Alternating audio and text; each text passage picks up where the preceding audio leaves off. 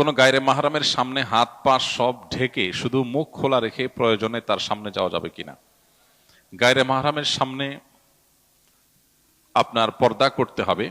এই পর্দার পরিধি কতটুকু, পর্দার সীমানা কতটুকু, এ ব্যাপারে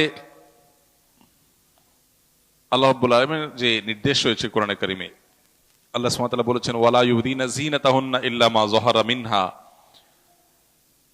নারীরা তাদের সৌন্দর্যকে প্রকাশ করবে না যেটুকু বাহ্যিক অংশ সেগুলো বাদে। এখানে বাহ্যিক অংশ বলতে কি বোঝানো হয়েছে?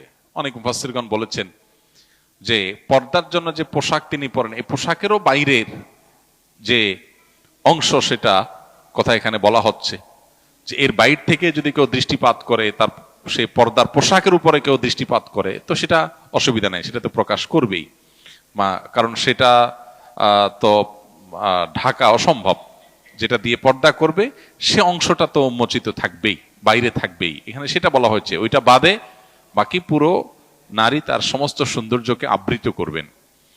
এর মধ্যে মুখমণ্ডলও শামিল আছে এই আয়াতের আলোকে। অনেক উলামা ইকরাম বা কোন কোন উলামা ইকরাম এর সাথে ভিন্ন মত পোষণ করেন যে মুখমণ্ডল খোলা জায়েজ, কিন্তু অধিকতর নিরাপদ এবং অধিকতর অগ্রগণ্য এবং সংখ্যাগরিষ্ঠ আলেমদের মত হলো যে মুখমণ্ডলও পর্দার অন্তর্ভুক্ত হবে, কারণ মানুষের সৌন্দর্যের রাজধানী হলো তার মুখমণ্ডল। সো সেটাই যদি ওপেন থাকে তাহলে আর সৌন্দর্য ঢাকার যে নির্দেশ আল্লাহ দিয়েছেন সেটা আসলে সেভাবে প্রতিপালিত হয় না। আমাদের আয়েশা রাদিয়াল্লাহু তাআলা আনহা হজের সফরের অভিজ্ঞতা বর্ণনা করতে গিয়ে তিনি বলেছেন যে তিনি যখন হজ করেছেন নবী সাল্লাল্লাহু আলাইহি সাল্লামের সাথে, তখন তার দৃষ্টি সীমানায় কোন গায়রে মাহরাম পুরুষ এলে মাথার কাপড় তিনি টেনে দিতেন। এই যে মাথার কাপড় টেনে দিতেন, এখান থেকে বোঝা যায় তিনি মুখমণ্ডল ঢাকবার চেষ্টা করতেন।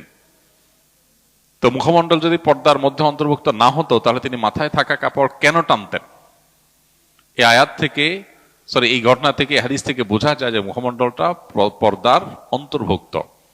এখানে উলামাদের ভিন্নমত আছে। উলামায়ে মুতাকাদ্দিমিন বলেছেন যে মুখমণ্ডল খোলা রাখতে পারবে। খোলা রাখা এক জিনিস আর প্রদর্শন আর এক জিনিস। মাথার কাপড় যদি টেনে দেন তাহলে নিচের দিক থেকে সেটা ওপেনই। আর আজকাল যেটা আছে যে এমন ভাবে হিজাব পরা হয় যে যেন মুখমণ্ডলটাকে আলাদা করে উপস্থাপন করা হয়, প্রেজেন্ট করা হয়, এমন ভাবে টাইট করে মাথার উপরে কাপড় বাঁধা হয়। তো মুতাকাদ্দিমিন বলেছেন খোলা রাখা জায়েজ। এখানে খোলা রাখা বলতে মাথার উপরে কাপড় টেনে দিলে, ঘোমটা যেটাকে বলা হয়, তার নিচের দিক থেকে খোলাই থাকে, কিন্তু আবার সেটা প্রদর্শনও হয় না। মুতাকাদ্দিমিন সেটাকে প্রদর্শন করতে বলেন নাই, খোলা রাখার অনুমোদন দিয়েছেন।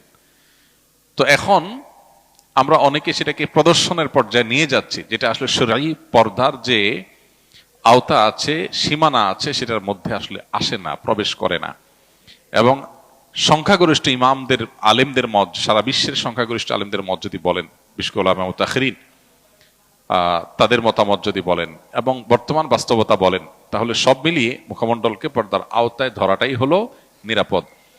আখিরাতের বিষয়টা, জান্নাত জাহান্নামের ফয়সালা যেটার উপর নির্ভর করবে, এই ধরনের জটিল এবং গুরুত্বপূর্ণ ইস্যুতে একজন মুমিন, একজন মুমিনা তিনি ইহতিয়াত বা সতর্কতামূলক বা সেফ জোনে থাকার চেষ্টা করবেন।